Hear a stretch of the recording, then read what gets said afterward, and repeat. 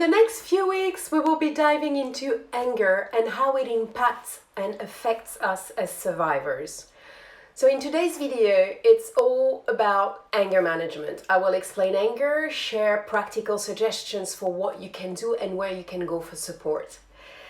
Anger and trauma. Anger is often a large part of survivors' response to trauma. It is a core piece of the survival response in human beings. Anger helps us cope with life stresses by giving us the energy to keep going into the face of trouble or blocks. Yet, anger can create major problems in the personal lives of those who have experienced trauma and those who suffer from PTSD. You might be wondering why anger is a common response to trauma.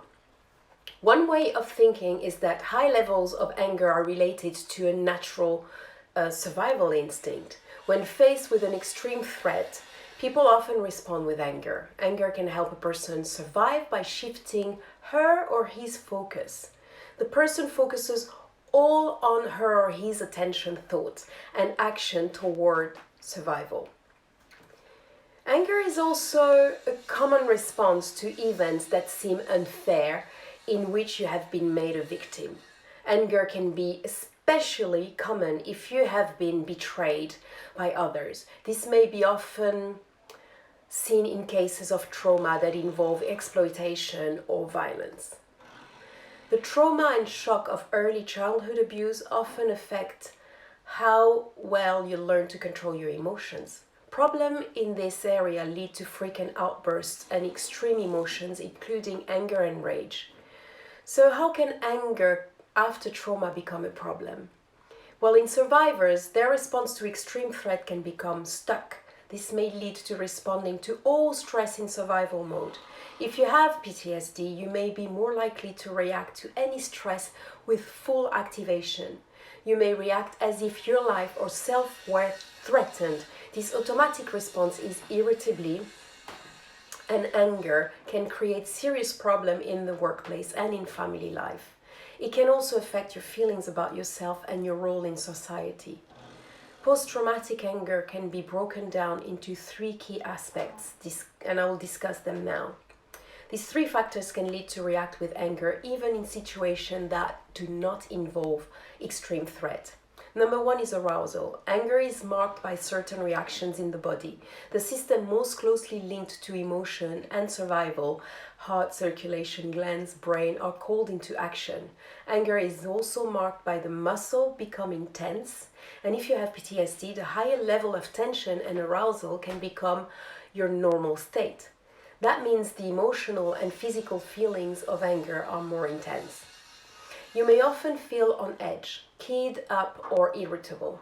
You may be easily provoked. This high level of arousal may cause you to actually seek out situations that require you to stay alert and ward off danger.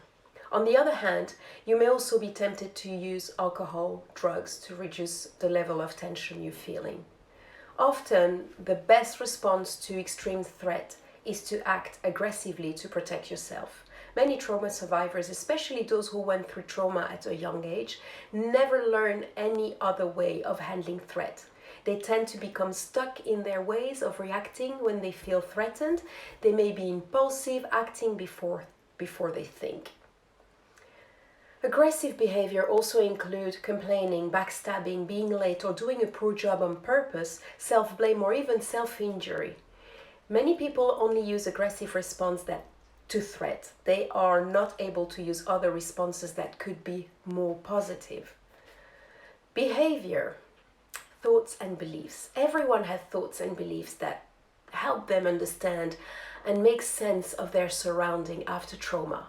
A person may think or believe that threat is still around, even when this is not true. She may not be fully aware of these thoughts and beliefs. You may not be aware of how your thoughts and beliefs are being affected by trauma. For instance, you may feel a greater need to control your surroundings, and this may lead you to act inflexibly towards others.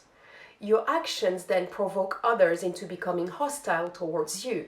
Their hostile behavior then feeds into and reinforces your beliefs about others. Some common thoughts are, you can't trust anyone.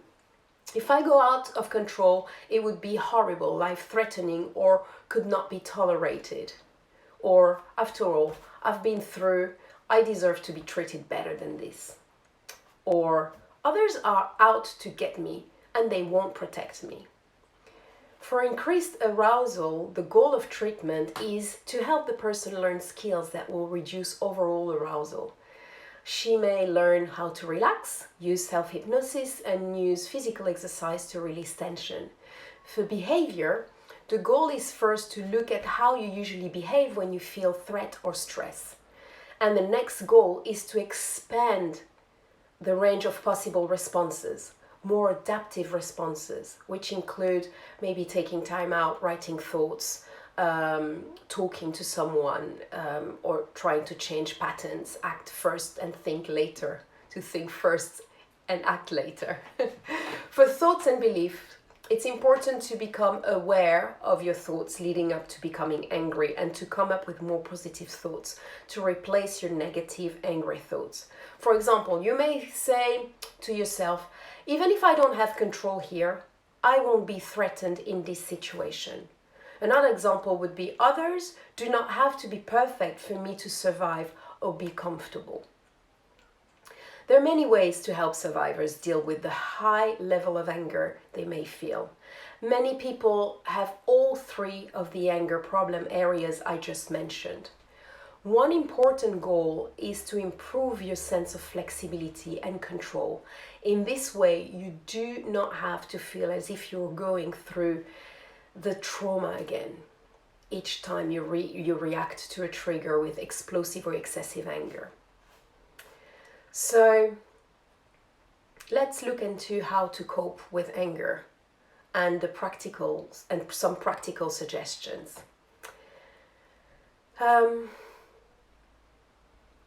Let's start with how anger feels like.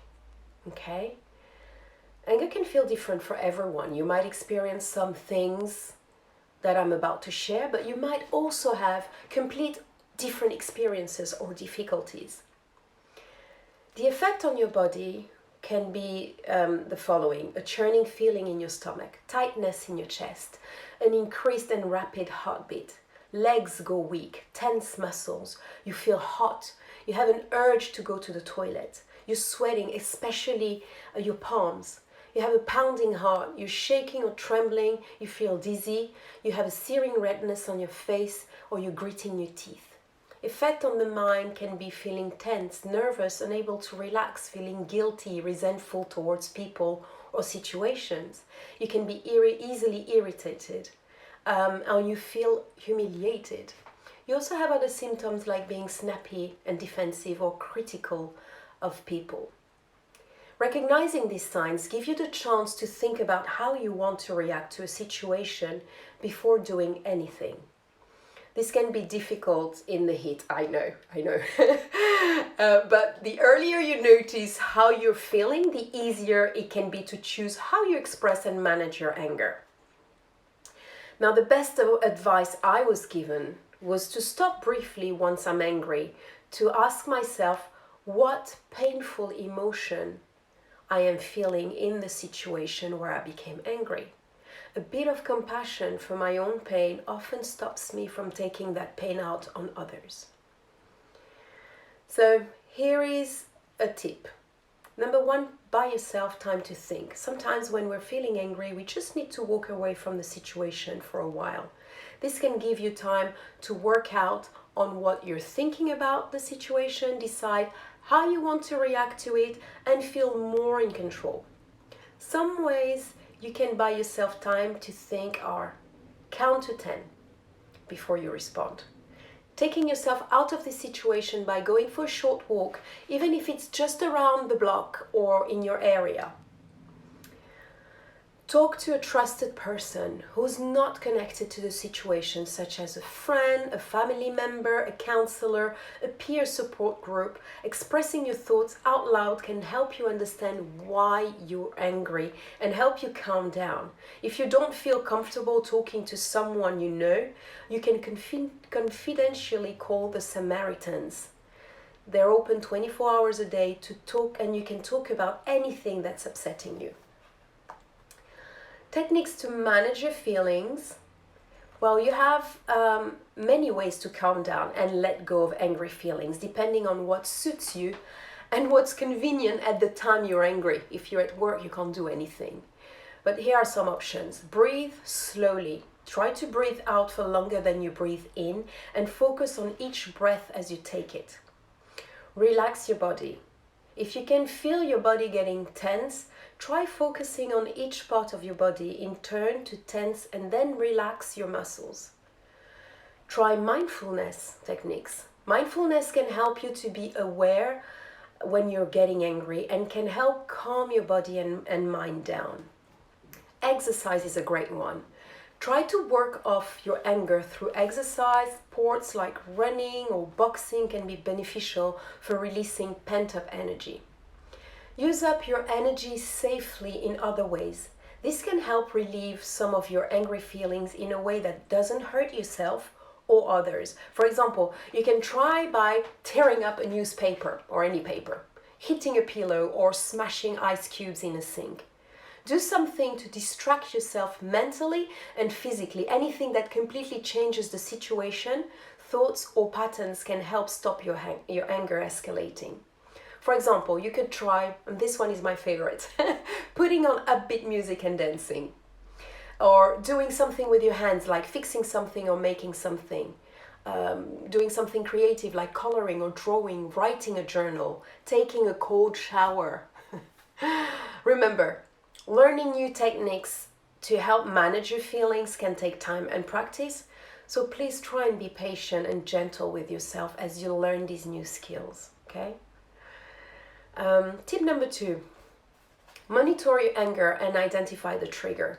Monitoring your anger and keeping a daily log can help deal with anger issues and keep the situation under control.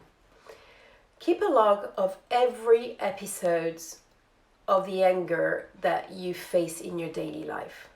This will be helpful for you to keep track of the triggers and situations that are projecting, such as providing a better and much more systematic answer to all your habits altogether.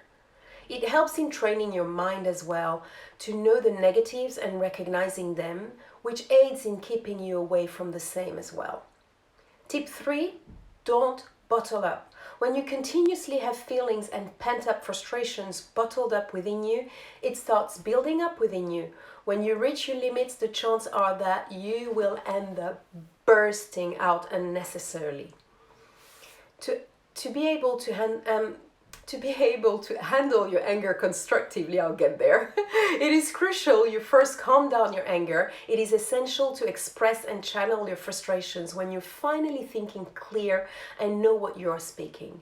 Be assertive and non-confrontational about the situation, and be clear about your stance without being hurtful to the one on the receiving end. Last but not least, know when to ask for help.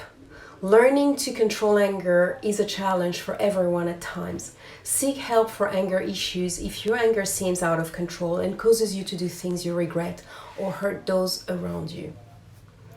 There you have it, ladies. I will enclose a document for you to use to log your anger, write your thoughts, and I would love for you as well to share with me, maybe via an email or joining my group, my Facebook group, and let me know how anger affects you in your life and others, and what techniques you're using to manage it. So yeah, you'll find all the links in the email, and I'll see you on the next video. Never give up on yourself.